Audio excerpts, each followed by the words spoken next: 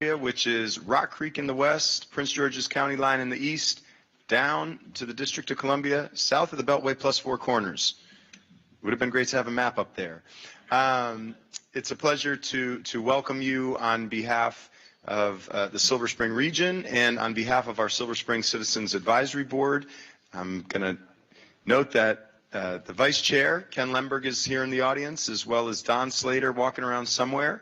I also saw Stephanie Helsing, who not only is the President and CEO of the Chamber of Commerce, but also an Urban District Advisory Committee meeting. So there are opportunities to become civically engaged beyond forums like these, community conversations like these, but also to join the Citizens Advisory Board and the Urban District Advisory Committee. So if you have interest, we have a table just outside the room.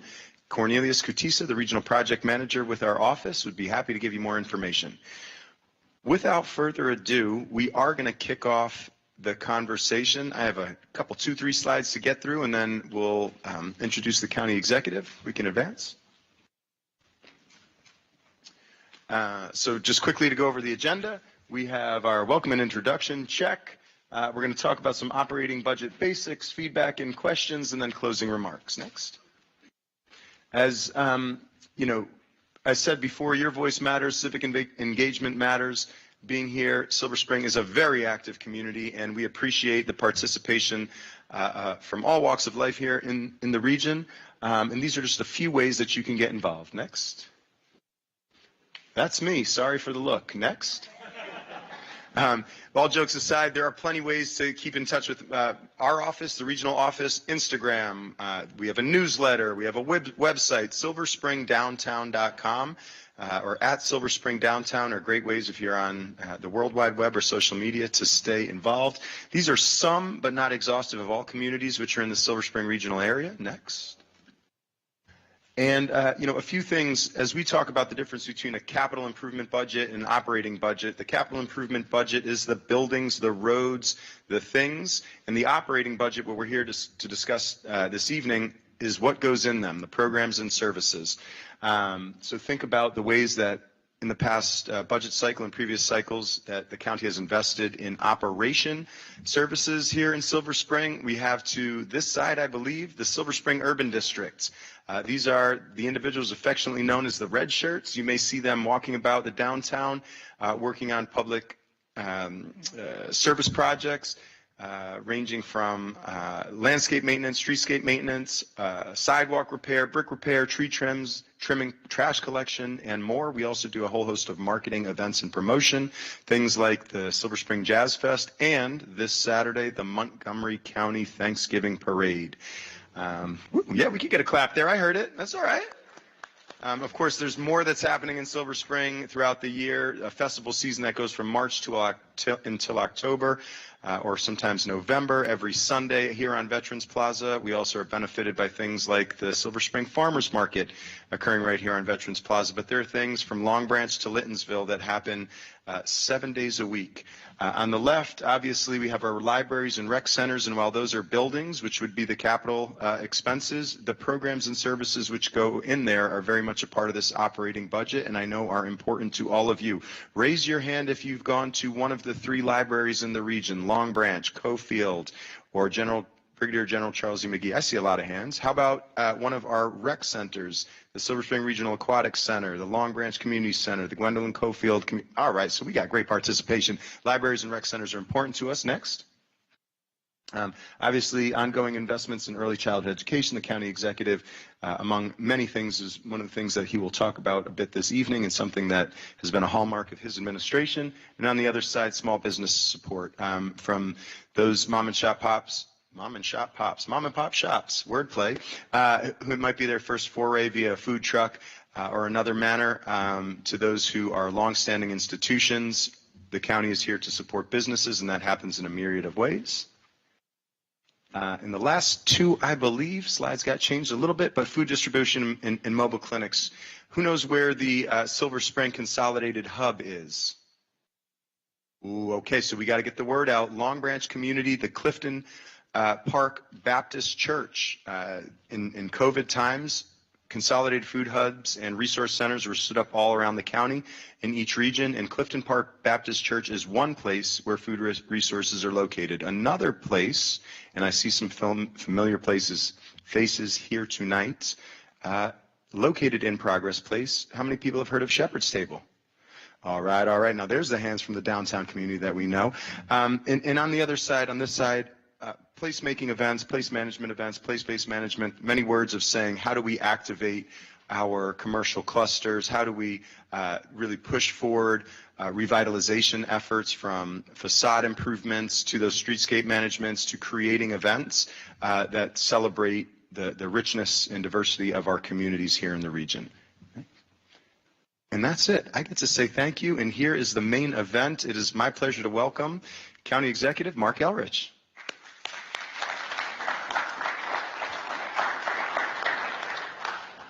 So I'm going to have to do this a little differently because I don't have my upfront monitor here.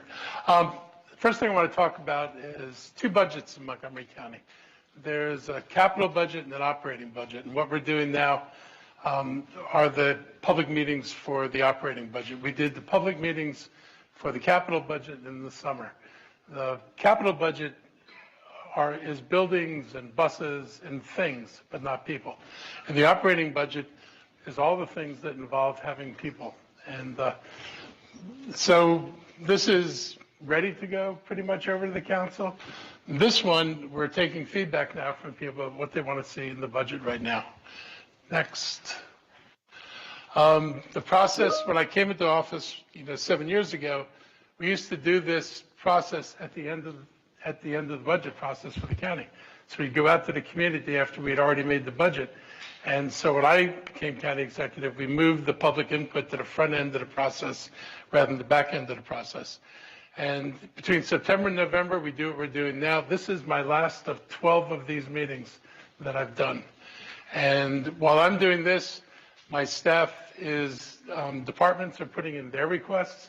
And just so you know, because we have great uncertainty about what's going to happen in this fiscal year because of who's president and what we're dealing with, our departments have been giving guidance to prepare for up to a 5% cut in budgets, which we do not want to do. We are hoping we don't go there, but we have to prepare for things we don't know are coming down the road, and we think there are some bad things coming down the road. Between November and January, the Office of Management and Budget, that's OMB, starts reviewing all this stuff, and between December and February, we review the requests of MCPS, the college, Maryland National Park and Planning Commission. All of these, well, MCPS and Maryland National Park and Planning Commission are not actually county agencies. They're independent. They have a school board for the school system and a superintendent. And so I cannot answer any meaningful questions about the school system because the county government has no control over the school system except to fund it. We don't have the ability to say, we don't like this program, take this program out of the budget. We want you to put this in the budget. We can't do those things. So that's not in the county government's role. For that, you want to talk to your school board members and the superintendent of schools. In April, and this is one of the things that's quirky about Maryland, the state doesn't finish its budget to April, which means we don't know how much money we're getting from the state until April, which is 3 months after we're in this process, and it's a month after we send the budget over to the council. So we have to then go back to the council and make adjustments based on what we think we're going to have or not have. And then the council does public hearings in April and May, and that's the end of this process. They'll vote on it, and it'll be done for the new year. Next. This is the population of Montgomery County. We have remarkably changed. We were in 1975, the county was 95% white, 4.5% black, and 0.5 everybody else. Today we are 15, almost 16% Asian. This number is closer to 20 now, 20%. Hispanic population is about 22%. Two more races is 5.1%, and the white population is about 38%. So we're a very different county than we were 50 years ago. And you can see the languages spoken in Montgomery County. There are actually well over 100 languages spoken in Montgomery County. Next. Uh, This kind of reflects what we're, the makeup of county government. 59% of the employees are from racial and ethnic communities in Montgomery County, which reflects pretty close to what the population of non-white population is. Our new hires, 68% right now are coming from racial and ethnic communities, and 10% of our new hires are veterans or individuals with disabilities, and 59% of all county residents are from racial and ethnic communities. So that's what the county looks like. This is some of the most important stuff we do, which is financing healthcare investments. And the African American Health Program gets about $3.3 million over there. The Latino Health Initiative is $4.1 million. The Asian Initiative is about $2.6 million. And the Black Physicians Network gets $3.7 million. It's not the entirety of what we spend on healthcare, but these are three of the organizations we work with that are specifically focused on these communities. Next. Other important things we do. Montgomery Cares gets $17.7 million. They are the healthcare system for people in Montgomery County who don't have insurance. And it provides not just immigrants, though it is largely immigrants, but it provides for anybody who cannot afford insurance, and it's a backstop for those people. And we operate this without any federal support. While the state now allows people to apply, undocumented people, to apply for federal programs, and that's probably changed now too. But when they were allowed to apply, the state didn't provide any supplemental money. So for a lot of people, being able to apply was just half the journey. For kids, we've got a special program. It's $2.4 million for Care for Kids. We've opened up mobile clinics. There are $1.1 million invested in there. Community hubs are getting $3.5 million, and the countywide initiative for support services to help people with immigration challenges is receiving $7.1 million right now. The community hubs are important because during COVID, when the government was we were trying to manage all the distribution of both testing and vaccine, we found that people in the community had deeper reach in the community than the county government did. And people had more trust in some cases for community members that they could identify with than they did with government, whether it's the county government or any government. And the first hub sprung up in Germantown, and we thought it was a good model. We wound up with 7 hubs around the county. And when COVID diminished, I won't say it went away, I decided I was going to keep the hubs as part of our ongoing model to give us an opportunity to reach deeper into the community. And we are very happy about it. And this here is a picture of our first mobile vehicle. It has a dentist's office in there with other stuff. So this helps us get care to people where they are. Not everybody comes to a clinic. By being able to go to apartment complexes, it gives us a deeper reach. Next. Okay, this is one of my priorities for special populations. We have a translations unit, and so we have staff that is able to translate most of the languages. We have a policy of everything going into the 7 most popular languages in the county. We have a system of community liaisons, so we have liaisons for many of the ethnic groups, for the religious community. They're a conduit for us. They help us get information from the people who they represent, and they help us bring messages back to their communities.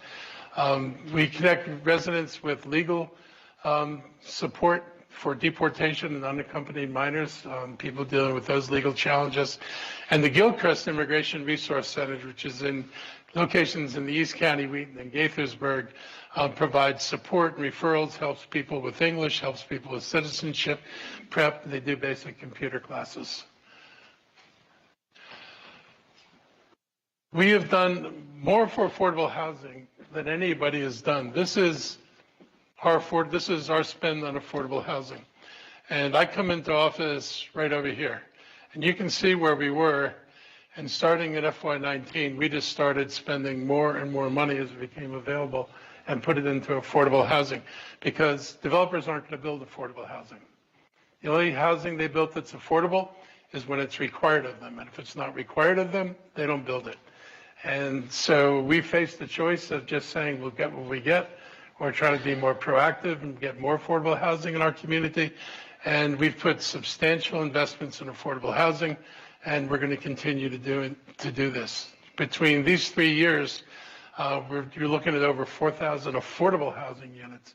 That doesn't even include what was built in the private market. Next.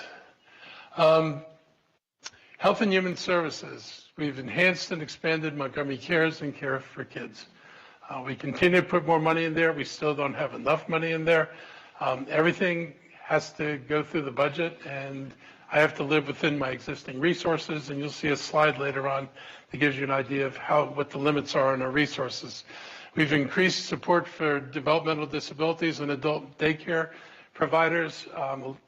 Folks who deal with adults in daycare, they don't get enough reimbursement from Medicare to pay the costs of the adult daycare services, so people don't often get those services. We provide a supplement to help support people getting those services. We've expanded our school health services through community schools, bridges to wellness, and in-school clinics. And we've expanded our support for people at the risk of or experiencing homelessness by $39.2 million between FY19 and FY26. It's a substantial growth in money, but it's important that we have homeless people in this community. We need to get as many of them possible housed. And we need, a lot of these people, there's a song called There But for Fortune. A lot of these people are there but for fortune. They had a car breakdown. They couldn't afford the car repair. That meant they couldn't get to work on time. That means they got fired. And then they wound up homeless. And so we have programs to try to help with that. We have short-term housing in the SHARP program that has about $7 million in it, provides up to 12 months of rental assistance. We have eviction prevention services, $16.6 million, and evictions are increasing. Landlords are increasingly intolerant, and we're just struggling to pay for all this. We do have limited resources. Next. We've made a big effort in public safety as a really big community concern. And so we've increased our emergency medical services. For a long time, the county's ambulance system, or fires and ambulances are integrated with each other. And if you had a deficit in service, you couldn't get to people fast enough. We built another fire station. We realized with more than 80% of the calls that go to these services are for medical reasons, not for fire reasons. So we've started to shift resources into mobile ambulances that can be stationed around the county and be available to people rather than building a station every time we say it's taking too long for ambulances to reach that community. Let's build another station. It's easier to move an ambulance there. So we've got mobile ambulances in the community. We've invested in police recruitment and retention. The pay we've raised so it's comparable with surrounding jurisdictions. We had a requirement for a college education. And as good as that sounds, it was keeping people from applying to Montgomery County for the police department, because a lot of them make a decision, I want to be a police officer. They come to Montgomery County, they say you have to have 60 credits before you can become a police officer. Most of the other jurisdictions around us don't have that program, so we were losing people before we even had a chance to get them in. So the University of Maryland came out and looked at our training program. They said, it is good enough to be considered college classes. We'll give your officers 60 credits if they go through the training program, which means if they go through the training program, they can be hired because now they've got a college degree, a 60-credit degree. And to be fair to the officers who are already in the system, any of them that went through the training program also get the 60 credits, which makes many of them eligible for promotions for now having a college degree. So it's made our existing officers a little bit happier, and it's made it easier for us to recruit. We still have work to do. We have an deficit in police officers of a little less than 200, and that means we're not sending shifts out with full deployment of officers, and so we're really doubling down on recruitment. And we're trying to get rid of a very stupid marijuana policy in the state. If you smoke pot yesterday and you apply for a job in the police department in Fairfax County tomorrow, they consider you. If you come to Montgomery County and they ask you if you smoked in the last 3 years and If you say yes, you don't get considered. So again, we're losing to other jurisdictions, people who are being hired by other people. We're looking for the state to change that, and that's in the hands of a group of sheriffs, and we're hoping that policy changes, and I think the governor's understanding the need to change the policy. We have a real-time intelligence center, and we have drones. We've got 4 drones deployed, one in Silver Spring, Bethesda, Wheaton, and Germantown, and there will be a few more drones deployed. They've been really helpful. They get on the scene faster than police officers can get on the scene. They often capture images of a suspect who's committed a crime. In one case, at least one case, they followed the person onto a bus, and they were able to tell the police what bus they were on. The police took them off at the next stop. And on a good story, they got a call for somebody waving a gun, and the police were sent on the call, but the drone got there first, and when the drone operator saw the camera footage, he said he doesn't have a gun, he has a camera in his hand. And that changed the whole response to that. If they had gone in there thinking they were dealing with somebody with a gun, they would have gone into that situation with the mindset that what's in his hand is a gun. That does not end well. And the ability to get accurate information before you arrive there is important. We've enhanced our community safety infrastructure. We have mobile crisis teams now. We have 7 teams in the county. They go out if there's a call and it's for a homeless person or a person who's acting like they have a mental health issue or they're drunk. Instead of having the police handle these calls, we're trying to have the mobile crisis team handle these calls. The police should not be dealing with this. People should not be arrested. They should be treated. And by decriminalizing some of this and trying to put it in the hands of mental health professionals, it helps us all the way around, and it saves the officers from having to make calls or respond to calls they shouldn't have to do. On transportation, we've implemented a zero fare policy on our ride-on extra, ride-on flex, and flash buses. We've advancing bus rapid transit, I will say very slowly, because the county has no money to build a transit system, and I'll come back to this later. But this has been on the books for probably 10 years now, and the county has never raised the amount of money we have in the capital budget to pay for this or to adequately pay for schools, and I'll show you that later. And we're, intent on trying to get more money, and I'll talk about, one way to solve that problem that doesn't involve taxing you. We put a lot of money into things to make our walking environment safer around here. We have this goal of Vision Zero. Vision Zero is hard to attain. We still have drunk drivers. We still have people who run stoplights, run stop signs. We have pedestrians who cross in the middle of the block in the middle of the night and don't look for cars on the road. And it continues to be a problem, but we continue to invest in trying to make it easier for pedestrians to be safe, also to make drivers more aware. So if you go around the county, you see these little poles in the ground when you get to an intersection. When I came into office, I'd seen these in DC and we weren't doing this. And I said, can't we do what they're doing in DC? And the whole point of the poles, it squares the corner. When you have a curved corner, the car goes up to the corner, it just swings around the corner.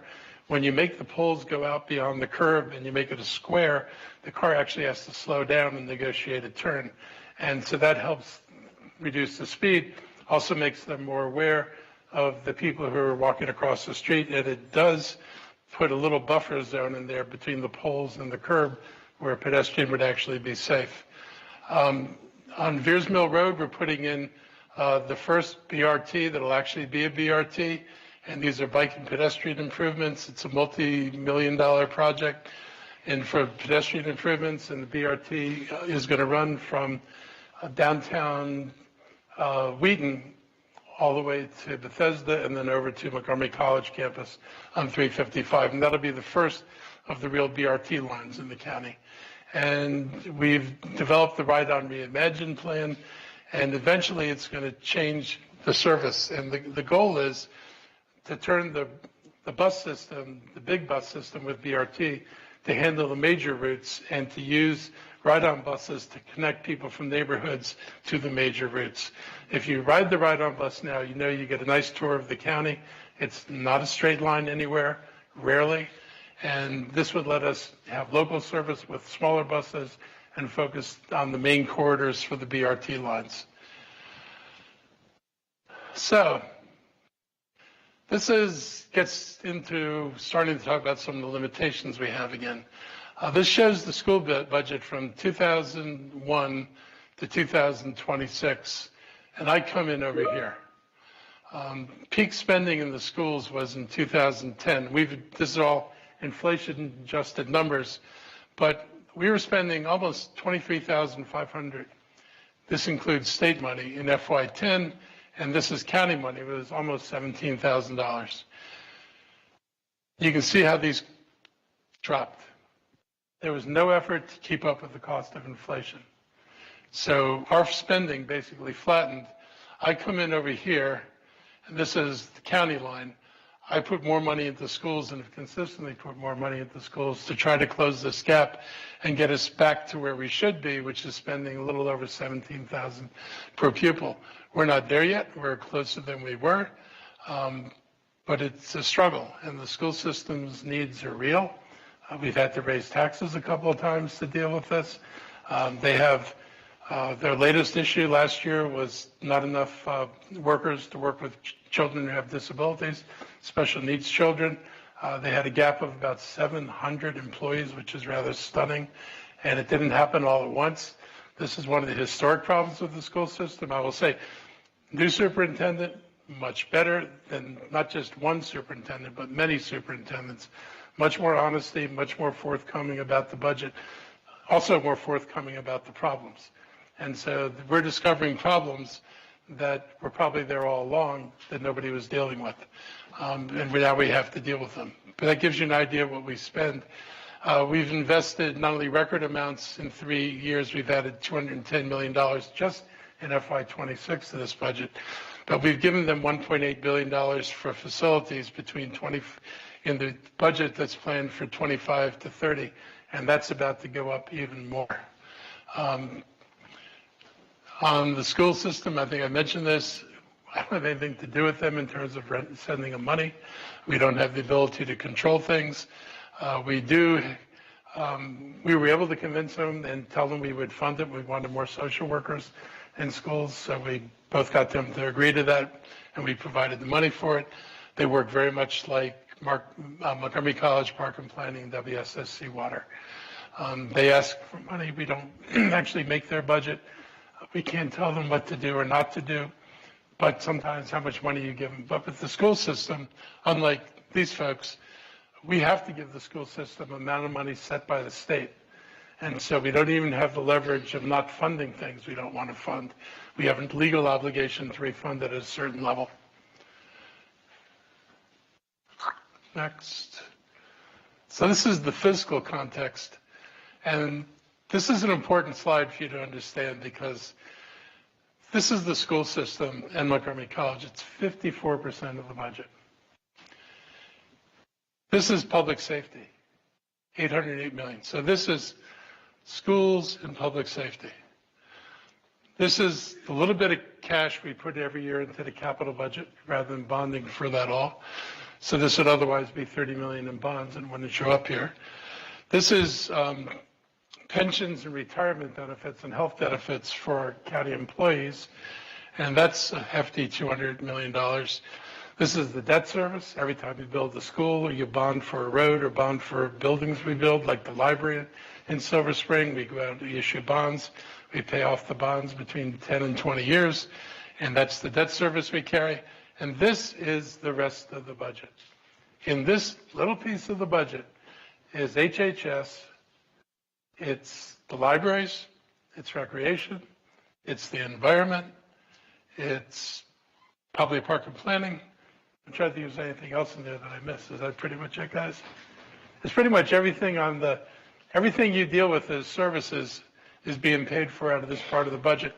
So when someone says, why can't you spend $45 million more on something, which somebody asked me today, that's in this bucket, I'm kind of like, so whose $45 million do I take away? Because we're not taking money from there. We're not taking money out of the schools. And this is money I have no choice but to spend. So there's not a lot to do unless you're actually able to raise your resources in the county. Next. So what do we facing in terms of challenge? There are clearly more people who need help in the county. That number has grown. Schools cost more. We have less budget flexibility. That all those constraints and how we're spending money, that little green area up there is a really tightly regulated area, and there's not a lot of room to go with that, to expand it. Inflation has been a problem, and the county has not increased spending to meet inflation, whether it's capital projects or, as you saw in operating. Also, the council's been unwilling to raise enough money to keep many of our costs growing at the inflation rate. And that creates a challenge. I've recommended tax increases that weren't approved. I know nobody's a big fan of taxes, but I'm a big fan of having a decent civilization and having things that people need. And I don't think that a little bit on the tax rate is enough to deter us from doing things that would really benefit the community. And now we also have an uncertain job market. Mr. Trump is making a serious mess. We're anticipating when he gets to past January 30th, unless they wind up on continuing resolutions forever and ever and ever, but if when they get to January 30th, when he now has a real budget, we're expecting 10 to 20,000 federal job losses in the county. There'll be ripple effects in all of the nonprofits that support the federal government. Also coming possibly in January are the kind of raids you're seeing in Charlotte and Chicago. Up till this summer, the end of the summer, Maryland had very few ICE agents. We had a whopping 16 ICE agents for the whole state of Maryland. So they couldn't do very much with 16 ICE agents. They did some stuff, but they couldn't do what they're doing in these other jurisdictions. They are hiring up to 250 ICE agents for the state of Maryland, and that will change their ability to do things. I have no doubt, because Trump has really targeted Maryland. Governor Moore has probably been harder hit than any governor in terms of cuts that the federal government has done. Trump's attack on federal agencies is an attack on Montgomery County. And why you would destroy NIH is beyond me, whether you're a Democrat or Republican. The idea that you don't understand what NIH does and you would destroy it is mind-boggling, but that's what he's going to do, and that it's going to cost us jobs. We know that federal money is going to change. We're not going to get all the money we used to get. We've already seen reductions in some funding. His two latest threats with Head Start, it's if there's an undocumented kid in the Head Start program, then you lose your Head Start money. Head Start is the most important program we have in the school system to get kids ready to learn. If you've talked to teachers or the school system, they'll tell you they get a ton of kids who enter school at about the third grade, 3-year-old level, not third grade level, 3-year-old level, when they're supposed to be 5-year-olds. It is very difficult to catch them up if their first contact with learning is when they finally get to kindergarten. It is very difficult to make up that ground, and we wind up paying for it for the entire time that kid's in school. If we had early childhood education, if we universalized it, which I would like them to do, these kids would enter kindergarten approximating grade level. And if they're in kindergarten and they have basic reading, writing skills, and they can function academically, their path forward is a whole lot easier. But if they're struggling in kindergarten, they're going to struggle in first and they're going to struggle in second grade. I was a former teacher. We are not miracle workers. We can do a lot of stuff, but it takes resources, and having kids that are better prepared is more likely to lead to success than dealing with kids who are not well prepared. So that's one of the problems. The other thing is we have a program to rehouse people. We want to get people off the street and into housing, permanent supportive housing. And the president's proposing cuts to that program. That would put about 500 families, 700 people out of their homes. And so our choice there, again, is do we take some of the money in our budget and we put it over there to avoid having 500 more homeless families, or do we just walk away from it? And my inclination is to try to find a way to pay for it, but finding a way to pay for it comes out of very limited options. So we're going to see, I'm pretty sure we're going to see some pretty serious challenges, and we're going to get big revenue swings from high-income earners because of the crazy tax cuts that the president gave the billionaires. Maryland's tax structure is tied to your federal tax return And so we are likely to see reduced revenues flowing from what they did at the federal level to Montgomery County and to the state of Maryland.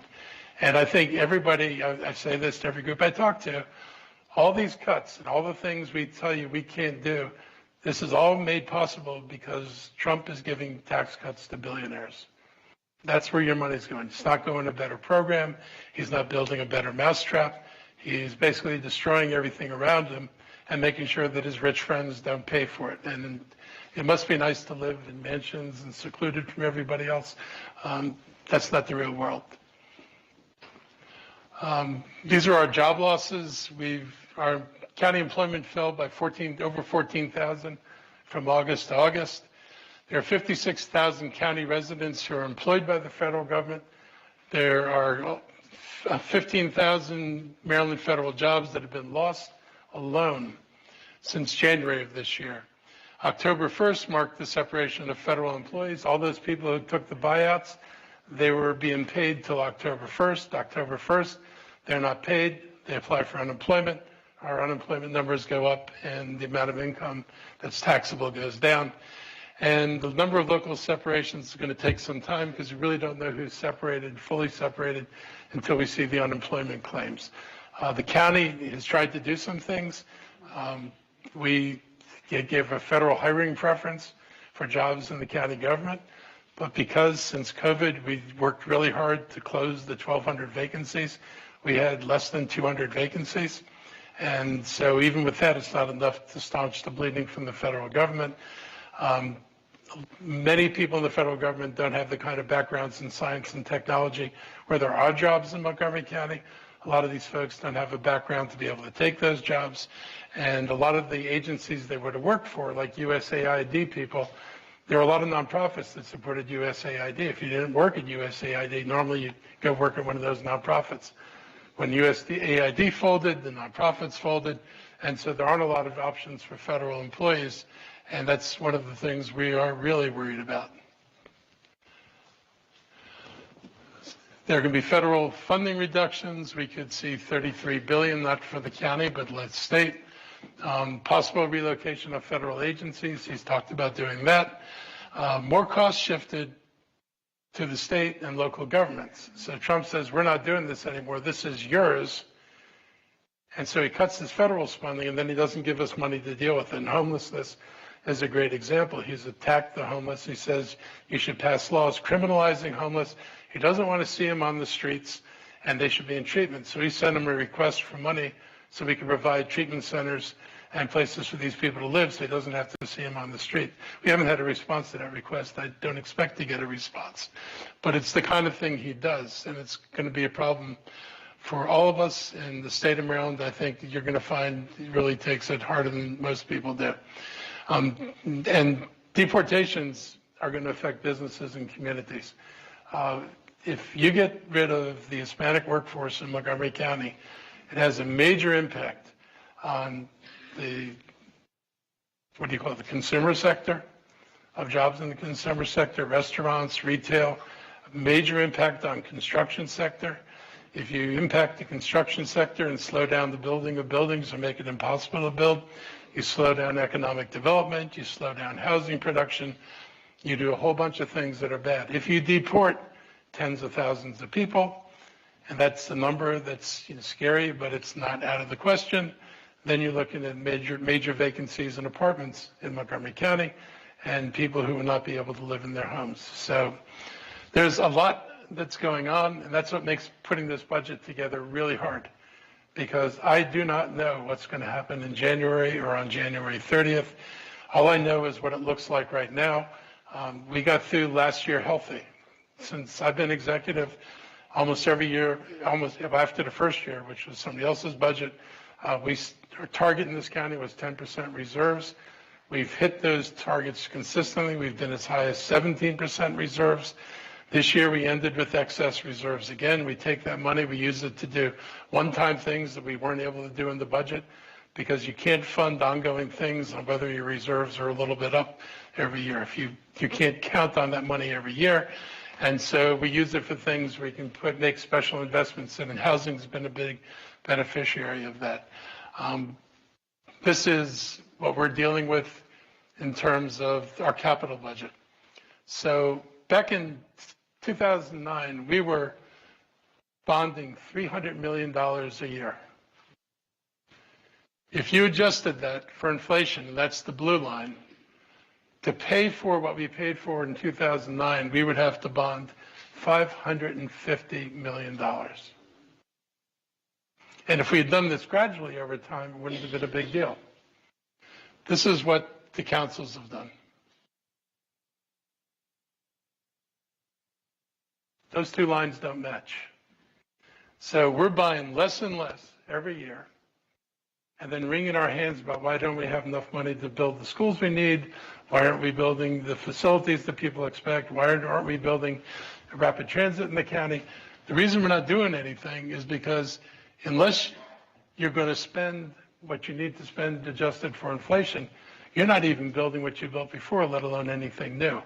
And this is probably the biggest challenge we face, because the people we can compete against across the river don't have this problem. And next, this is a little quick examples. You can see ride-on bus twice as much, new school per square foot more than twice as much, fire engines almost twice as much, and road paving per lane mile, $129 million extra. I guess $129 million. Enough extra every year. The tax system Montgomery County has was created when this was a suburban community. I grew up here, so I've seen this place change. I lived in D.C. till 1960. I moved here when I was 10, and I lived in Silver Spring. And Silver Spring was the extent of modern civilization in Montgomery County. There was no Wheaton Plaza. Bethesda was dinky. There were no shopping malls. Wheaton was the first shopping mall, and it's an outdoor mall. And Georgia Avenue is a two-lane road. After Wheaton, it goes down to just one lane in each direction instead of two lanes in each direction. We're a very different place, and we collected our money from residents' taxes, and we were a bedroom community for the District of Columbia. Many people left D.C. when D.C. integrated schools. D.C. integrated schools in about 1954. That's the beginning of white flight. White people come to Montgomery County. Why do they come to Montgomery County? Because the realtors advertised we're still segregated. And Montgomery County stayed segregated until 1967. We had covenants on almost all the property in Montgomery County, had covenants saying you can't rent or sell to a black or a Jew. And then sometimes they threw in Catholics, I think Serbians, and a few other groups occasionally. There was no consistency after the black and Jew part. But for those were the restrictions here. And so when people left D.C., they were told you can be safe in Montgomery County because we're not integrating. And that didn't last. And we became a very different county. But that was the original growth here, and it made more sense to come here than to go across the river to Virginia because it was easier just to drive your car a little bit farther and not have to deal with 2 or 3 bridges that cross the Potomac. If you go back in time, the black population in Montgomery County was, right after the Civil War, was about 30%, a little bit more than 30%. By 1960, it dropped to about 3.5% or 4% of the population. Because when you can't buy land and you can't rent anywhere, there's no place for your family to grow. And so people had to have their children basically leave the counties because they weren't going to be able to stay in this county and grow up because there wasn't going to be another home for them. You can only divide a farm up into so many pieces before the farm's not productive or it's not profitable. So we have a long legacy of pretty intense racism here, and it's really only changed in my lifetime. And that's, I saw it when I went to Montgomery Hills Junior High School, and we debated civil rights in 1962. And the pro side of the argument was that everybody should be equal and have rights, and the con side was that African Americans, and the kids used another word, represented an inferior species that was childlike and needed to be taken care of. And the fact you could say that in the classroom in Montgomery County, and nobody would say anything to you like, what are you talking about? That's what the people don't realize, what this environment was like and how we've traveled the distance to get where we are today. And that you really can't appreciate where you are until you have a sense of where you've been. Next. So other people, like Fairfax County, do better than us. And this slide compares Montgomery County's taxes to all the major counties around us. So here we are, we're at $2.5, call it $3, and that's residential and commercial. Residential is gray bar, commercial is the orange bar. You go to Frederick County, if you go up there and buy a house, you're paying $1.11 for residential, and if you're a commercial property, you're paying $1.11 also. But if you go to Fairfax County, if you're residential, you're paying $1.15, so you're 13 cents higher than Montgomery County. But if you're commercial, you're paying $1.28, which is 26 cents higher than Montgomery County. Now, we don't have the chart here for Tyson's, but if you're in Tyson's Corner, you're paying about $1.50. So when someone tells you, why are all these people going to Tyson's Corner? Taxes are cheaper over there. No, they're not. They're paying much more to go to Tyson's Corner. The difference between us and Virginia is in this bar. This Preston also is the same tax structure. They're at $1.49 almost. They got permission from the state legislature to have special taxing districts for commercial property. And they tax commercial property higher than they tax residential property. The developers in Virginia asked for this because without infrastructure, they couldn't build Tyson's Corner. And this is when this all happens. It happens in the 2010 to 2012 timeline. So the developers go to the county government in Fairfax. They want to build infrastructure. The county government says, we don't have the means of doing it. They go to Richmond with a Republican legislature and a Republican governor and convince them to let Northern Virginia counties tax commercial property at a higher rate than residential property, because they know if you try to tax residential property at the same rate as commercial, people are going to say no, which I'd expect you to do. And that's what they did over there. And so they got the right to tax commercial property higher. With those tax differentials, Northern Virginia has tens of millions of dollars to build infrastructure projects with, and Montgomery County has no money to build infrastructure projects with. We do the schools and we do repairs. We build an occasional library, occasional rec center, and occasional is the operative word. People in Clarksburg waited over a decade to get their library. There are places still waiting for a rec center. We have not been able to keep up with capital needs in the county because we don't make the private sector pay. And what's not on this chart is that Virginia also has a business license tax that gets Fairfax County $200 million every year. We don't have any tax, no tax like that. So we're a different place. They're supposed to be more conservative than us. We are much more conservative than them on tax policy, and it is hurting the county. It's also hurting the state. And the real poster child for the difference of all this is Washington, D.C. Residential tax rate, 85 cents. Commercial tax rate, $1.89. That's only if your property is worth more than $10 million, which is almost every building in D.C. If your property is worth between $5 and $10 million, you pay $1.77. If it's worth between $2 million and $5 million, you pay $1.66. But in all cases, D.C. is building its budget and its ability to do things around taxes on commercial property. And so if you wonder why you don't have nice things sometime, it's because we do this and they do this, or where is my fear? That. And that makes a big difference in the resources you have. And we're paying for the lack of resources. Next. Questions. So that's my presentation. And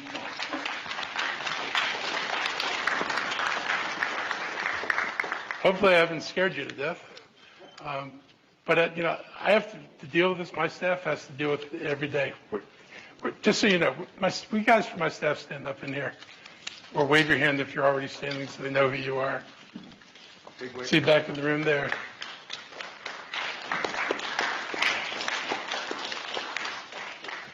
So this is the fun stuff that everybody deals with every day. And we're putting this budget together now. So. I was just going to recognize among the staff, we have several department directors and representatives from the Office of Management and Budget, Department of Health and Human Services. We have libraries in the building. We have, Police and we're fire. at police, fire. Hey, we have the chief of fire back there, Chief Smedley, thank you. Director of Office Management and Budget, Jenny Bryant, hello, thank you.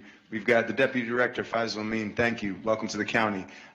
Really, there's a lot of people in this room who care. Who are we pointing to? Back there, Director of Department of Permitting Services, Robbie Sabakan, thank you for being here.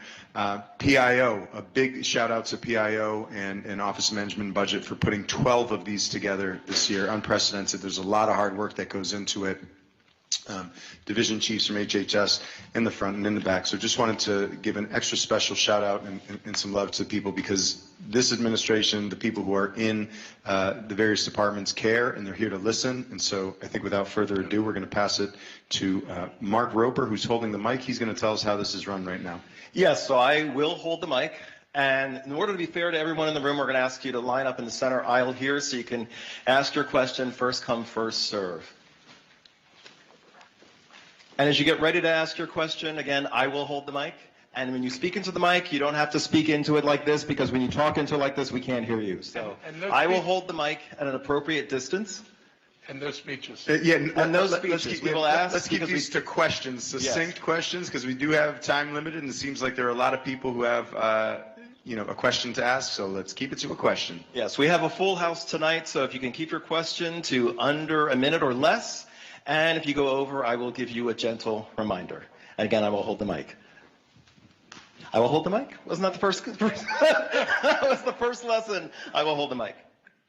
My name is Donna DeGrasse, and I'm here representing one of the community agencies that is involved in basically a lot of the aspects of Montgomery County.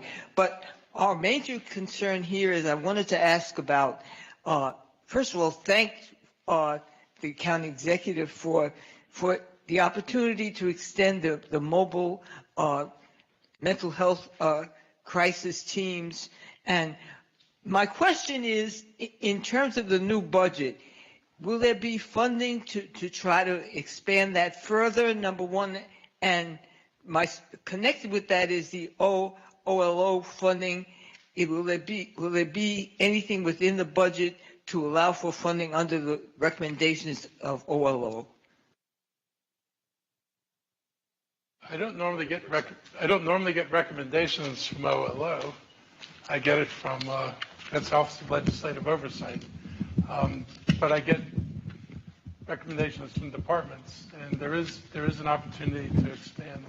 There's an opportunity to expand the teams if the budget allows it. I mean, these are the things.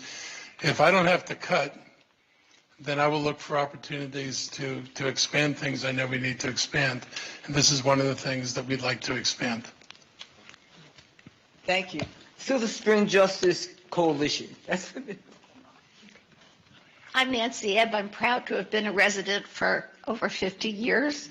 What makes me proudest is the county's investment in supporting everybody and lifting everybody.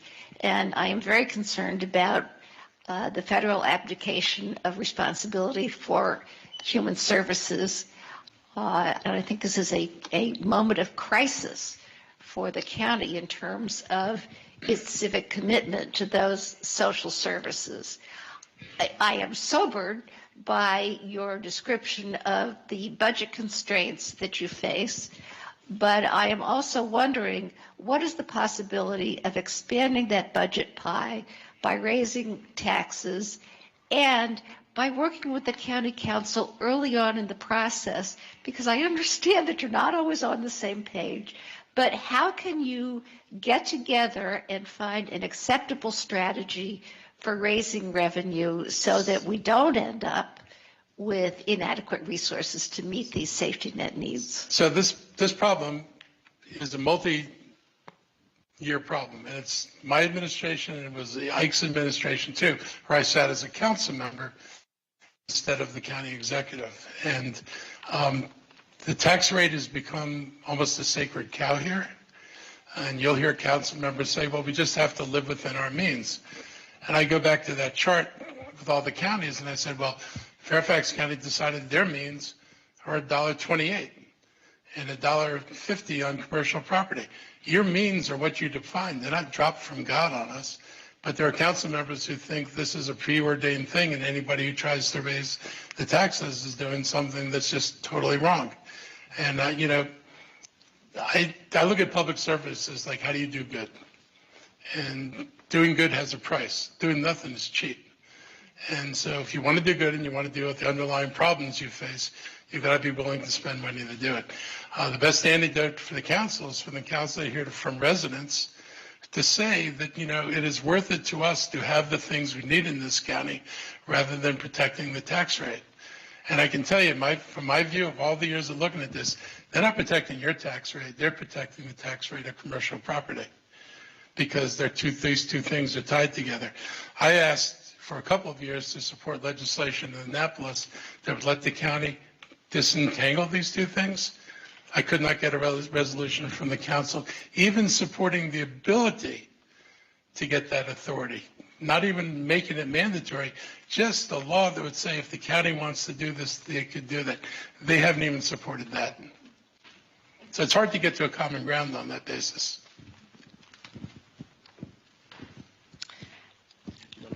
Okay, don't hold it. Okay. Hi, my name is River Mansouri, and I've been a resident of Silver Spring for almost 30 years. And I'm also a volunteer at the brand new Moco Pride Center, which is Montgomery County's first LGBTQ plus resource center. And I would like to know how much the operating budget is going to allocate for the Pride Center. I don't know what that's going to be right now. We just stood the thing up. And so we're just now considering requests. But it's going to stay funded. I can assure you of that. We didn't go through the trouble of standing it up just to shut it down 6 months later. That'd be silly. Thank you very much. Okay. Hi, you probably already know what I'm here about. This is the fourth time I've showed up, and I know we're starting to get annoying, even though we need your support, but it's very important to us. I heard what you said last night at the Foreign Language Forum to my neighbor, Ms. Zhang. 3 weeks ago, Rich Madaleno held the Spanish Language Forum, and my neighbor, Guatemalan-American fellow Alex Rising, showed up and asked about the issue, and Mr. Madaleno said that an announcement on the road closure was imminent. 2 weeks ago, one of the 8th graders who lives on our block went to the MCPS Educators Forum, asked about the road closure. Mr. Madaleno said that the county executive had just returned from Asia in the trade mission, but now that he's back and an announcement would be imminent, reiterated the county executive's support for the master plan. It's not wavered. So I can answer your question. Our attorney said that we have to ask the council to pass, and we sent over to the council 2 pieces of paper, 2 different ways to do this. And as soon as they pass it, then our people will do what they're supposed to do. So I didn't ask my question, but my question was, you've told us in public and private that your administration would figure out a way to get it done. Will you set up a meeting with us and MCDOT to discuss the way to get it done? I understand you've met with our opposition over in Springfield. I didn't, but that's okay. The master plan in Westbard calls for the a road that has been a cut-through street to be closed off once the road is realigned. It's in the master plan. Mr. Elrich voted for it, has been supportive of it. We're having an issue where the county council doesn't want to vote. The executive branch doesn't want to move forward without the county action. We're kind of stuck between 2 branches of government. We're just asking for a meeting to figure out the way to move forward. Well, let's see how they respond to the letter, because we gave them 2 different ways of doing this. And it should be relatively simple. Thank you. He's got to hold. What was the first rule? I will hold the mic. Ben Ross, I wanted to ask about mark service.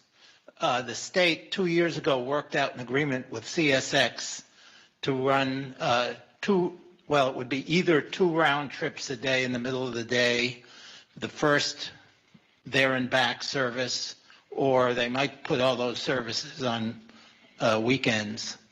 But it would be a real breakthrough for the county, and the state has not quite got the money in the last 2 years. And would the county be willing to put some money up to help jumpstart that? Ben, do you see the chart up there about my capital budget? Where would I get the money to do that? Get rid of some of the, deprioritize the fancy bus shelters in the BRT that you don't have money to run buses to? We're not building very expensive fancy bus shelters now. Look, we talked about this at WMATA yesterday because the issue came up, why the other side of the state but not over here? And the state does not have the resources, and I don't think we've got the resources to do that. And if I had the money, I mean, we've been hit with, I think the stupid entrance to the Purple Line in Bethesda is now like $80 million for something they told us was going to be less than $20 million. And the state is telling us we have to pay for that.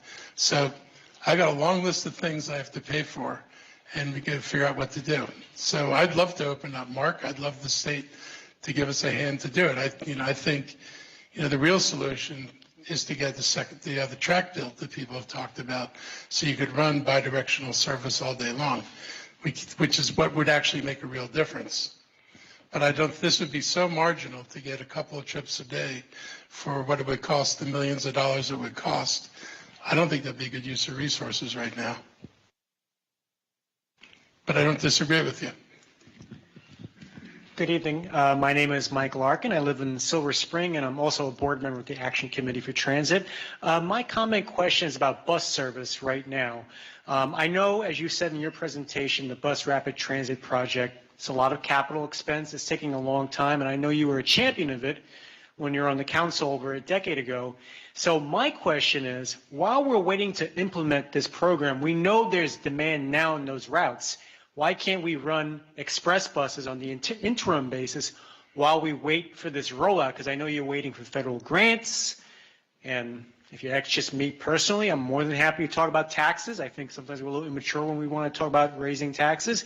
But why can't we run interim express buses while we wait, especially since we're in an affordability crisis and transportation is going to eliminate the boundaries of opportunity for people. So let's maybe run more express buses where it's needed now while we're waiting. Well, they're on Georgia, and they're probably going to wind up on 355 because there are going to be station closures coming up. When they close those stations, it'll give us the opportunity, because WMATA is going to have to do it, which is kind of what happened with Georgia Avenue. We'll do it out of necessity, figure out how it runs, because we don't have a choice. Now it's no longer we're testing it, it's just we're doing it because we have to. And if it works over there, which I think it worked on Georgia Avenue, that's an opportunity to do that on that corridor. And if I had a little bit of money, and we could do we could actually do station improvements, it would be an opportunity to look at running buses and curb rather than building separate right-of-ways, because we could build out a network a lot faster if I don't have to acquire additional real estate. Thank you. Hi there. My name's Anise Cody. I'm the CEO of the Primary Care Coalition, and I certainly appreciate, I'm speaking on behalf of the Montgomery Cares Program and Care for Kids, serving 25,000 and 10,000 respectively. Wanted to just highlight 3 points related to those programs. First, the need continues to grow rapidly. We've seen that trajectory over many years, and now as we look at the increased loss of Medicaid, the loss of federal jobs, and the skyrocketing premiums on the health exchange, we expect far more people need this. The programs can really make a difference in terms of economic opportunity. Managing someone's chronic disease, say take diabetes as an example, can really make the difference between them participating or not participating in the economy. And so that's a really valuable aspect of the program. And the third valuable aspect of the program I wanted to mention is the opportunity for leverage, that every dollar that the county invests into the program is really expands opportunity. It unlocks pro bono and discounted health care. It unlocks donated medications. And so we really appreciate the support that you provided and look forward to more support in the future. I'm Thank you. going to keep doing what I do because I know that, you like the other nonprofits.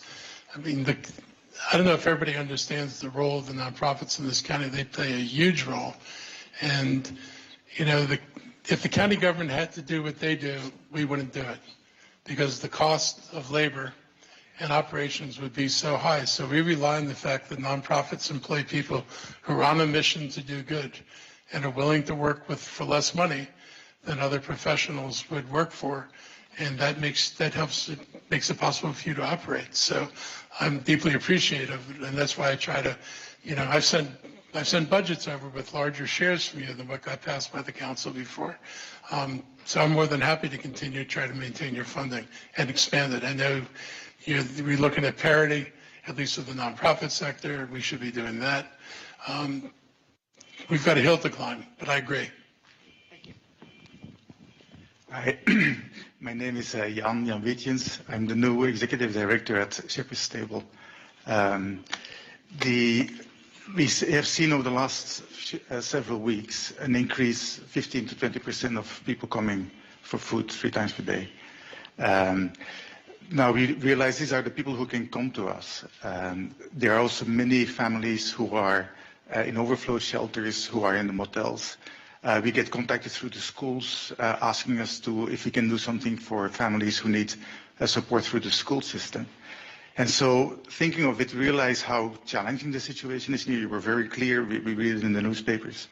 And so there is a sense that we need to shift us nonprofits from competing for resources to see how we can leverage each other. So we started a conversation with, for example, with Craig Rice at MANA. I met with him today. Oh, cool. Like looking, can we, for example, can we use the food that MANA has to turn it into hot meals for families who don't have a kitchen or we don't have the capacity in the motels where they sit.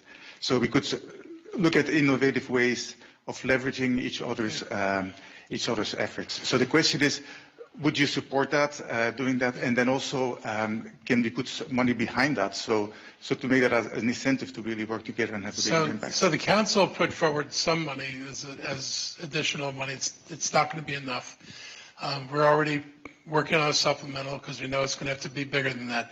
But out of the meeting today, and Craig Rice works for MANA Food, which some of you may know MANA, and they're working with a group of other nonprofits across the broader spectrum, not just food. And we told them we would meet with them because this is the first time nonprofits have ever talked about cooperating. This has always been like a dog-eat-dog world. Everybody comes in, I want my stuff, I have to have my stuff. You don't talk about anybody else's stuff. You just want your stuff. And I think the idea that everybody's talking and saying they want to coordinate is really encouraging. My folks, some of who are in the room, are going to have to adjust to this opportunity to sit down with a group of people and say, let's, because they're on the ground. I mean, you know better than any of us know what's happening on the ground. My folks, they hear what's on the ground. You work with what's on the ground every day. So it's important. And so I'm going to encourage a discussion to see if there's a way for us to do some coordination. I was encouraged that they were internally coordinating and cooperating. There's nothing worse than somebody saying, fund me, don't fund them. So if I don't have to hear that, this is really good. Hi, I'm Ruth Knoll, and I'm here for the Presbyterians for Police Transformation. And please, my voice, I've had laryngitis this week, which is the ministry of Tacoma Park Presbyterian Church.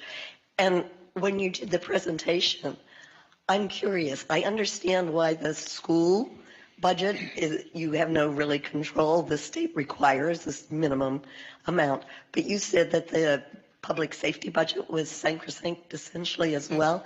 And I'm curious why, because there's so many police positions right now that have been vacant for numerous years at this point, why, at least on a temporary basis, that money can't be transferred to some of the high priorities and mental health and get more MCOTs here to be able to reduce the police needing to go out on those types of services.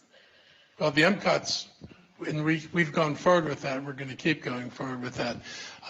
It's not like we have 200 jobs that are going to have extra money left in the budget, because we know we're not going to fill 200, so we're not putting enough money in. If we ever got to that point, we do a supplemental to deal with it. But we're doing 3 recruit classes under 30. And so we're going to do everything we can to increase the size of the police force back to the point that it's supposed to be. They're going out flat out understaffed. People are going out with one person. They're supposed to. I went out on a ride along where staffing was supposed to be 14, minimum was I think 10 or 12, and they were out with 9 people. They need to get the people they need in place to do the job they need to do. And the MCOTs hopefully will take some of the load off and make it less crazy. But there's no money really to pull out of that into something else. I mean, if those folks show up, we're hiring them. Hi, my name's Christine Baker. I'm freaking me out with it. Okay. Anyway, I'm at the shelter, Progress Place. And I was listening to what you said about the uninsured people, and I was kind of wondering how that worked. Does it go by your income, or can middle-class people come and use that program if they need it? Somebody from Montgomery Who Cares can answer what the qualifications are. Could you explain for the clinic?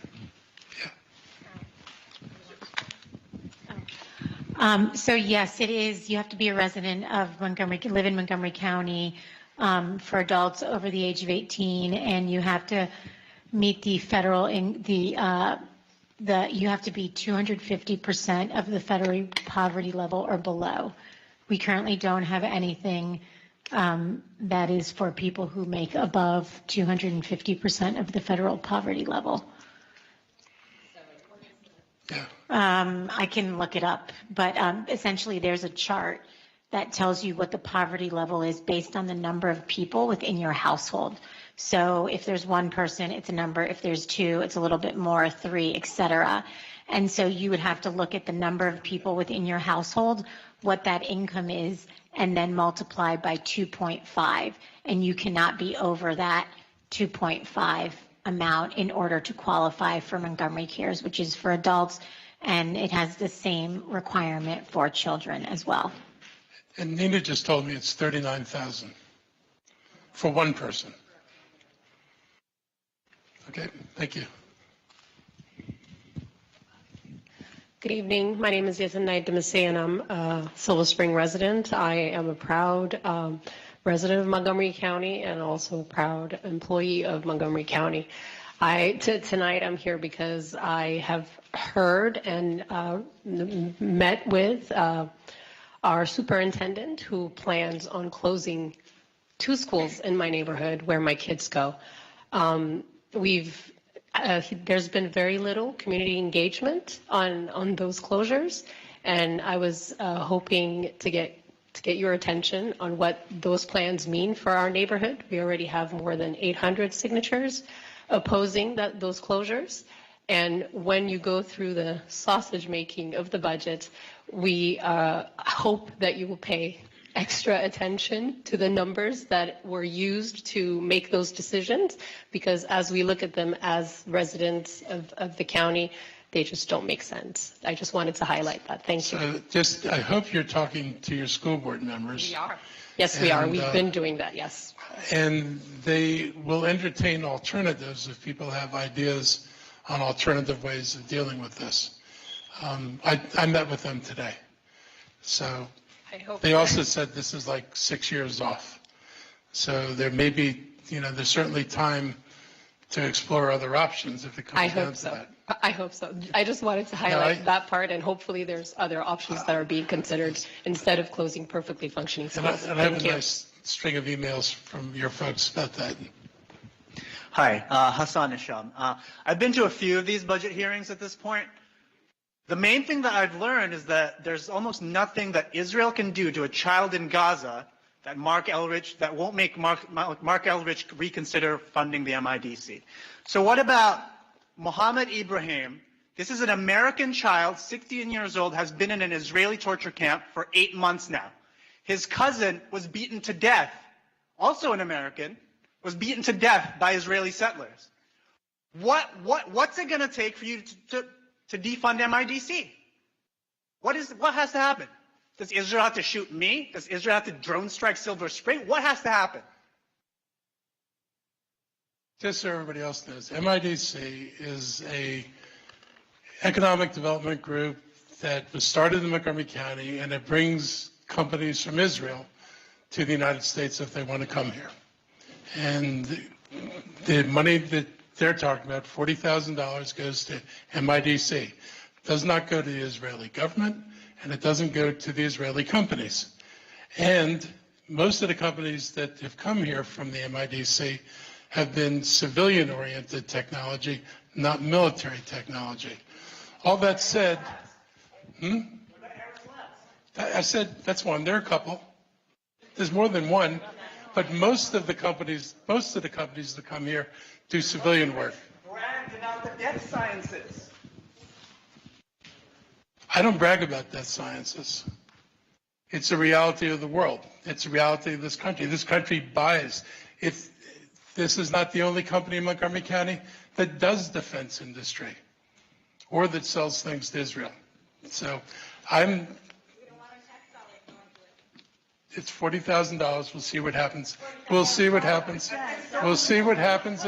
We have to move on to the next question. Just a small amount. Cut We'll it. see what happens in the budget. Drop the MIDC. We have to move on to the next question. Drop Thank the you. MIDC. Drop the MIDC. You know, that's not a very Mohammed Ibrahim home. Bring Mohammed Ibrahim home. Drop the MIDC. Bring Mohammed Ibrahim home. Drop the MIDC. Bring Mohammed We have to Ibrahim move along. home. Drop the MIDC. Bring Mohammed Ibrahim home. We have another person in line. We have several people in line who have questions. Drop the MIDC. In fairness to the other people in the room, we have several other people who have questions, okay? Bring this American child home. Bring this American child home. Why are we paying for this? Why? You're not. Why? We are paying for it. It's $40,000 every year. Not We even don't to need Israel. change the Not. budget. Why? Excuse me. Why? We have several other people in the room we still have questions to get to. Murder Mark keeps funding the MIDC. He supports the death of American children. And again, please keep your question to a minute. Okay.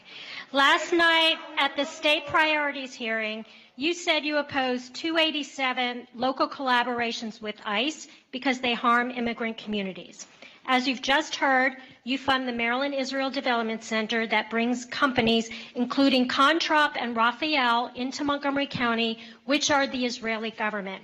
So here's the contradiction. A few months ago, the MIDC brought Eris Labs to Pike and Rose. It's an Israeli company founded by a former Palantir employee, and they scrape social media to be used against immigrants, journalists, students, and activists. They want to sell it to ICE. Your question, please. Isn't that a contradiction in our values, our budget priorities, and your statement that you don't want to harm immigrants? We don't pay Palantir, and we didn't pay this company, and this company could have come here if there was no MIDC. The county has no policy against military companies that want to locate in Montgomery County. It's just what we don't, and nor does the state. And so with or without MIDC, if people want to come here, they're able to come here. Unless somebody adopts a policy saying no military companies, which would mean getting rid of companies that are already here that are totally American-owned, that's going to be a non-starter. I'm not happy with what the situation is. But I'm funding this group. They've been funded long before I got here. We'll see what happens in the budget. Hi, good evening, everyone. I'm here on behalf of the Caribbean American Advisory Group, and we've worked in tandem with the Latin American Advisory Group and the African American Advisory Group. But each year we keep presenting our budget and the needs specifically for the Caribbean community, and they keep kind of getting overlooked a bit and keep getting merged with the issues and the things needed for the African American Advisory Group and the Latin American Advisory Group. And when they get their grants, then they have their programs and they say that immigrants can use them from the Caribbean community, but when we go on their websites, the websites are in Spanish and English, and a lot of people from the Caribbean communities, they speak other languages. Your question, please. So my question is, can we please make sure that the Caribbean American Advisory Group gets a few things funded and on the budget this year, versus just being piled in with the African American Advisory Group and the Latin American Advisory Group? Thank you. I will ask my folks to look at, I mean, are you saying that they have programs, but they don't have them for you? Were you supposed to get that last year? Yes. So basically, they come to us and they get all of the data and stuff so that they get approved for the grant. But then when the grant is fulfilled, the Caribbean community is not given access to it. Okay. It's more funded towards the other two. So if I understand this right, you provided data to them to submit an application for support. I can have my folks look at this. I Thank just you. relay that to.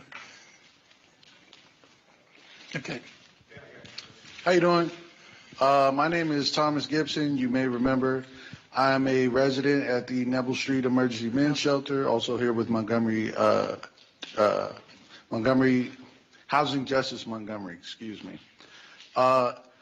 As of yesterday, I filed a suit against Donald Trump and the Secretary of HUD, Scott Turner, to stop the cuts that will unhouse 800 Montgomery County residents, 170,000 people nationwide, and to challenge the executive order that the cuts are based upon. I have included your letter to Angela Alsobrooks in my exhibits. Cool. I do need to show that these cuts will adversely affect me individually. Are you willing to write a similar letter just stating the nature of the cuts and that they will affect me individually? Yeah, I mean, you need standing, right? Absolutely. I can help with that. Thank you. And just in case, if I'm not able to get a temporary restraining order or a preliminary injunction to stop the cuts before they come into effect, will you commit to preserving current CEF funding levels? We're trying. I think you've heard where we were with the budget. I think it's $7 million, right? So we're going to, is there a 0.5 on that too? 7.5, yeah. So, 7.7. I don't want to lose the program. And I'm loath to put people out on the streets, so we're going to have to find some kind of a solution to this. But you can talk with you. And Christine's here. Yay. So you can talk with Christine and get your information, and we can write a letter. Absolutely. That would be excellent. That'll get you standing, right? Yes, sir. Okay. Thank you. Good evening, everyone. My name is Maida Gray, and I am here as an MCPS Community School representative. I'm also representing the Children's Opportunity Alliance. The school in which I am a community school liaison is East Silver Spring Elementary School. We're a first-year community school, and we're in our second year as a Title I school. Our farms rate is currently at 82%. East Silver Spring is one of the few MCPS schools that has a PEP program, which is special ed pre-K. We also have a pre-K program and a Head Start program. My question is, I kind of need to. I know. We have a long line of people still behind you, so we do ask that you keep your questions short. Okay, so I was wondering, where are we in the process of putting money into early childhood programs in Montgomery County? Well, we put a lot of money in early childhood programs. We're Right. early in this year's budget. Right. So I was wondering about putting more Head Start programs in MCPS schools, specifically community schools and Title I schools. So the MCPS has to put the Head Start stuff in their budget and ask for funding for it. Generally what they put in the, we don't change their budget. So we don't, so generally if it's in the budget, we're funding it. Mhm. So, and you mentioned that earlier at the beginning of the meeting, so I was wondering, not only as a community school liaison, but as a member of the Children's Opportunity Alliance, is there money that might need to be moved from one pot and put into another? Well, you want to tell me what pot you want me to take money out of? Nobody wants to do that. No. No, neither do I. I hope I don't have to choose pots. We'll have to make a budget decision, but like I said, if it's in the school budget, it probably goes all the way through. I don't know if it's in the school budget. Okay, and I'm not aware. And then either. their budget comes out, I think, on the 15th of December, 15th to 17th, I think. Okay. And then you'll have a better, but you should really be pushing on your Board of Education member to make sure the funding's in there for that. Okay, thank And you. just so you know, I've been pushing on the state to prioritize the early childhood stuff as well as the 0 to 2 stuff, which is often left out. And, I've been pretty blunt with the state. If I had a priority in education and I had limited funds, that's where I would put it in the blueprint. I would start with making sure we did early childhood because it's the most important thing Yeah, that we and do. It is one of the pillars, so, in the blueprint, so thank you.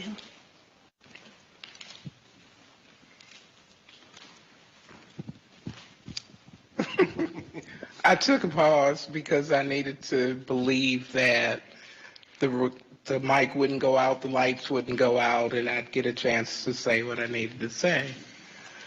In 2001, I was evicted from a home in Montgomery County. It led to a number of things. One was a class action lawsuit brought by homeless people in which it was found that, by the way, Deborah Chastanow was the federal judge that oversaw it. She warned them meaning the school board, from the beginning that they shouldn't bother, that they couldn't win the case. They did it anyway. What was not told to the county residents was how much money was spent, and that was $250,000 in less than 10 months' time to keep children out of school and away from the county schools. And I'm sorry, your question, please? The question is, the eviction itself was unlawful in many ways, including documents that were removed by the other parties. I wrote to different people, and they in turn put in place, now if you go to court and sign out documents, you have to sign for them. That was part of what I did, and I did it because they were removing documents, the other side, meaning attorneys, from the file. My question is, with legal aid, you can go and ask for assistance for being evicted. But it stops there, meaning that it only goes but so far as to what areas of an eviction can be followed. Oh, we don't do that. You need this kind of attorney. If you're looking for a free attorney, what are the chances of you finding an attorney that's free that will take on the other tentacles of that case? And they offer you a lower rate. But if you have zero, you're working with zero, you can't pay, but it's a good case. And I'm wondering, is it feasible or is it possible to place more funding, whoever does it, whether it's county, state, with legal aid so they can pursue further things that need to be pursued? And if you're having lawsuits now because of the damages that were done with predatory lending, when you get trouble, why can't you do the same? Can you get an answer? That's a question I can't answer, but it's a question I could ask my folks who do homelessness prevention. Christina, do you have a direct answer, or could you talk with her about what she might be able to do? She directs the operation to prevent homelessness here. Okay, because it's still, even though it's over, it's not over. There are portions of it that still linger and follow me and are a problem. Okay. Okay. Thank you. Hi, Mark. Hi. Thanks for holding the microphone. Hi, Mark. My name is Patricia Toomey. How are you today? That's lovely. I'm calling. I want to let you know that I have experienced homelessness in Silver Spring area, and I want to thank you for that because my experience there was pretty traumatizing. But my son, who was 26 years old, actually rescued me, and he was not in homelessness. I made sure he did not stay in the homeless system itself. But now nobody ever tells you when you go back to the house with the child that you raised how disrespectful they are. We forget to say, like, just because I'm homeless doesn't make I'm not your parents anymore, right? But the truth is, really what I want you to do and what I want you to commit for is to, if I had the SHARP program out there for single people, I would have been by myself, not with my son who's giving me a little bit of an attitude. I want you to commit to just single people for SHARP, if that's possible tonight. We'll have to talk about how far the resources can be stretched. Okay. But that's a fair question, and you're not the first person who's asked I that. appreciate that. Thank you so much. Okay. Hi, my name is Melissa Goman. I co-chair the county's Commission on Juvenile Justice. I know you've talked about the resource issues, but I'll just put out there some of our priorities. One is there are insufficient mental health therapists for the children that need community-based services, and that's a big problem, with children cycling in and out. The other issue is that there are no residential substance use treatment programs for children in the county, and that's something else that's needed. That may be coming. Oh, that would be great. We've got an agreement with the state on this is Old Rica or whatever it was, the empty building up in the Noise Detention Center? Yeah, the Noise. So Okay. they are going to rehabilitate Noise, and it'll become residential treatment. Oh, okay. All right. So it's not big, but it's the start. Yeah, that would be a good start. Okay. The third thing, and I know you have limited control over the school system, but all the data that they have shows that the restorative justice programs are very successful at reducing suspensions and expulsions, which then reduces entry into the justice system. So anything you can do to ensure that schools have resources for those programs. We've been pretty supportive of their funding. Okay, great. Thank you. Okay. Hi, my name is Dee Dee Jacobson, and I volunteer with Jews United for Justice, and I'm also here with Housing Justice Montgomery, and I'm going to read this because I get nervous with a microphone in my face. Right now, disability retrofitting of homes is only accessible to homeowners, and last year, Housing Justice Montgomery spoke with you about including $150,000 in the budget to expand retrofitting specifically for renters in multifamily housing units. And you agreed that that was an important thing to do. So can you commit to adding a funding stream specifically for renters with disabilities who need their homes retrofitted? Who does the money go to? The money is really to get people to help them get through the red tape to get the grants for the funding to have their homes retrofitted. I can get people in my department to talk to you about that. Wonderful. How much do you need for $150,000. to help people get through the red tape? Mm-hmm. When I think Housing Justice Montgomery is planning to have a meeting with you soon, and they can give you more details about it. Okay, fair enough. Thank you. Hi, I'm Jessica Landman, and I am a member of the Tacoma Park City Council. There's three things I wanted to talk to you about tonight. The first is to thank you for the way that you have been a loyal proponent of tax duplication support for the municipalities and in the county, and to ask you to hang tough on supporting that money that helps municipalities get reimbursed for the services that they provide to their residents because we're hard up for money this year and we'll need it again. I sat where you sat, what, 20 years ago? You And, felt our pain and we're still feeling it. I used to tell the cities to sue the county. So, Save us the trouble and so yes, I don't want to sue you.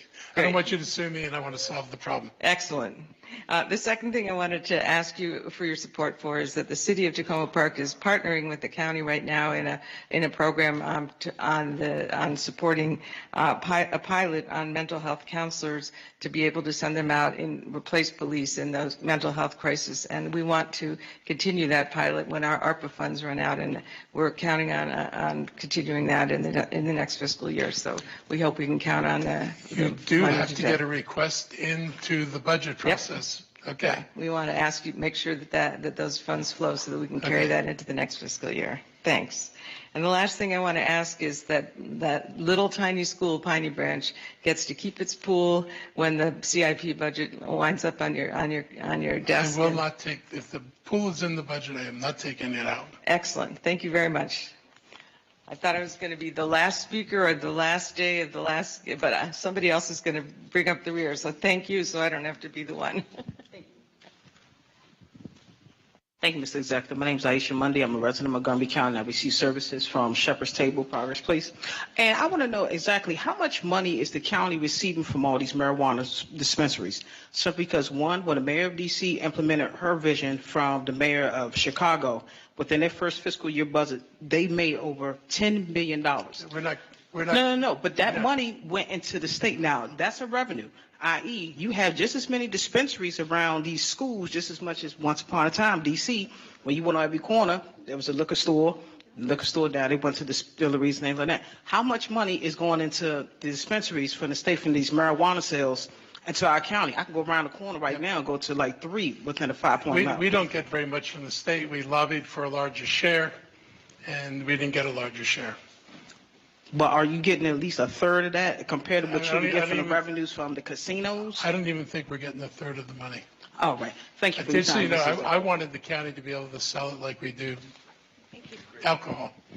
And we would be the dispensary, and then we used all that money. I'm already 20 minutes past where I'm Okay.